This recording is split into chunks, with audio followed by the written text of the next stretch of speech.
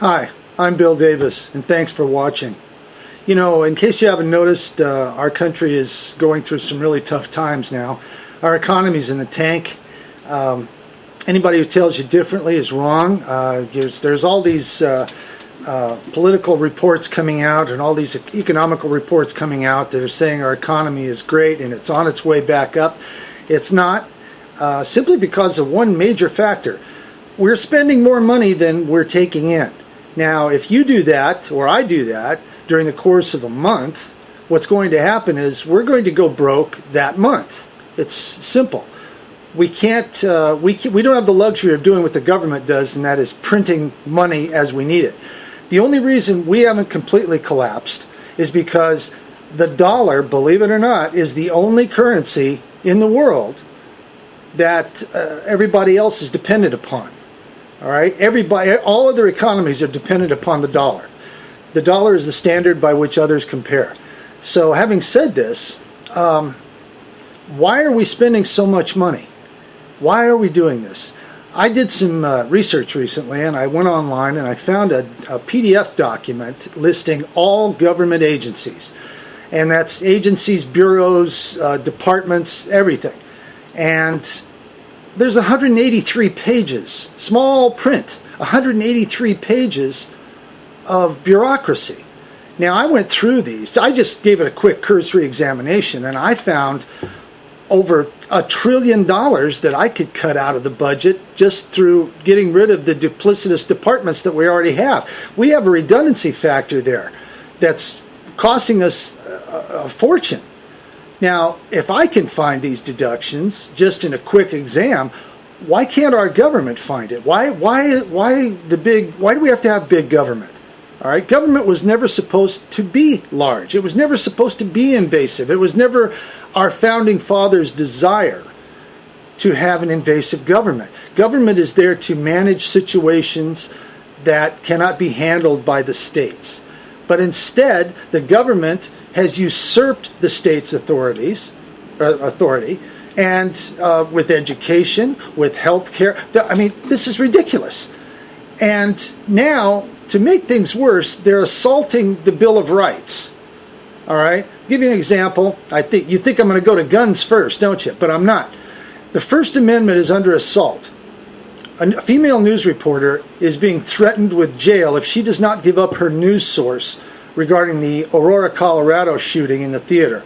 Now, if a reporter has to give up their source or face jail, then I don't know of a reporter that gave up their source. They all go to jail. They all just say, screw you, I'm going to jail, because they know that as soon as they give up their source, their credibility is shot and their career is over. So, also, there's the First Amendment. Now, if they don't have the right to free speech, and they don't have the right to quote somebody and verify by saying, yeah, I'm quoting this person, and so I'm vouching for this person that they do exist, and this is what they've told me. Why does the court have the authority? Why does any court have the authority to challenge any part of the Bill of Rights? And I mean, even the Supreme Court. They don't.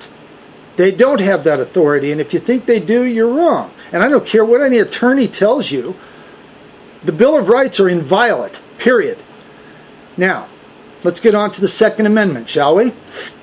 The Second Amendment has been open to interpretation for over a century now. And there are people out there that say it refers to hunting, and or it refers to the National Guard or an organized militia. Let me tell you something. My interpretation, and I'm certainly no constitutional lawyer or professor, my interpretation is the Second Amendment is there to guarantee that the First Amendment and all other amendments will not be taken away from us. That no matter what the government says or does, we do have the right to resist tyranny. We do have the right to resist an intrusive government who wants to fly drones over us now. We do have that right, because let's face it, our political process is broken. The political process is gone. All right, we've got total gridlock in Washington, D.C. whoever's fault it is, it doesn't matter whose fault it is. The problem is that if the left doesn't get with the right, or they can't meet in put their hands across the aisle and shake hands and compromise, then it doesn't matter whose fault it is. America suffers. You and I are suffering because of it.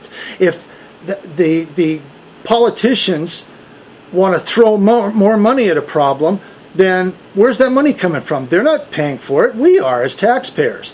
Well, I have a problem with that. I have a problem paying Barack Obama to fly around in Air Force One at $180,000 per hour, just for Air Force One, not including all the support stuff that he has to have. I have a problem paying for his little junkets all around the country to campaign against gun ownership. I have a problem paying for that because I'm not for that. I'm not for abortion. I'm not for, if he's going to go around the country and say, yeah, this is what we need to do, like he's going to Newtown, Connecticut today, all right, I'm sorry for what happened there. But you know what? If you look at what happened in Newtown and you dissect it, you'll see it wasn't a gun issue. An assault weapons ban was in place before the Newtown, Connecticut shootings. So that wasn't the problem. And Adam Lanza was diagnosed with a mental disorder, and his mother wrote emails that even said she was extremely gravely worried about him because of his images that he was creating, that she was afraid that he was going to snap. Well, he did. And she gave him access to her firearms. And by doing that, she not only committed suicide, in so many words, her son killed her, but she facilitated the killings herself. Now, I'm not saying that all people should own guns. But by golly, I'm saying those people who wish to own firearms, and they're lawful, they're legal to do it, why shouldn't they be allowed to own firearms? Is there one good reason why not? We can't allow the actions of a minute members of society, the criminal element, 1/2 of 1%, to dictate to the rest of us. That's like if we're in kindergarten and one of the kids talks out of turn. All right, everybody put your head down on the desk. But wait a minute, I didn't talk out of turn. I was paying attention. Doesn't matter. This guy screwed up. Put your head down on the desk. We're going to penalize you. Well, I'm not going for that. You guys can do it if you want to. I'm not. I'd like to, just try to make everybody understand. I'm not a complete flibbity-gibbet. I'm not a complete whack job. I've served my country. I've voted in every election since I was 18 years old. I've served on juries. I've done my civic duty. And for those of you out there who might be looking at this video and saying, this guy's just another crackpot, or this guy's just another doomsayer, look around you. First of all, ask yourself, have you done all of your civic duty? Have you voted in every election? Have you served on a jury?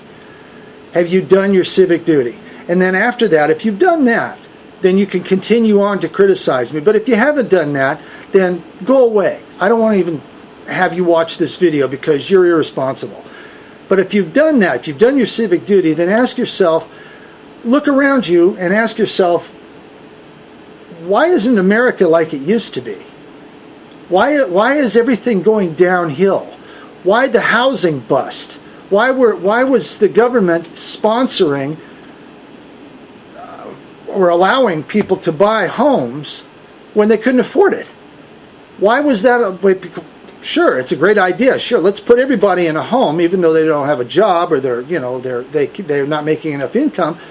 But why? What's going to happen at the end? Again, we're spending more money than we have. We're putting people in homes who can't afford it, and they're getting ready to do it again, guys. So you put somebody in a home who can't afford it, they might last for 90 days, and then they're going to start going into foreclosure because they can't afford it. Just like America can no longer afford the political actions of what's happening in Washington, D.C. I urge you to contact your representatives, picket their offices, march on Washington, whatever you have to do. I know I will. I have. I'm Bill Davis, and thanks for watching.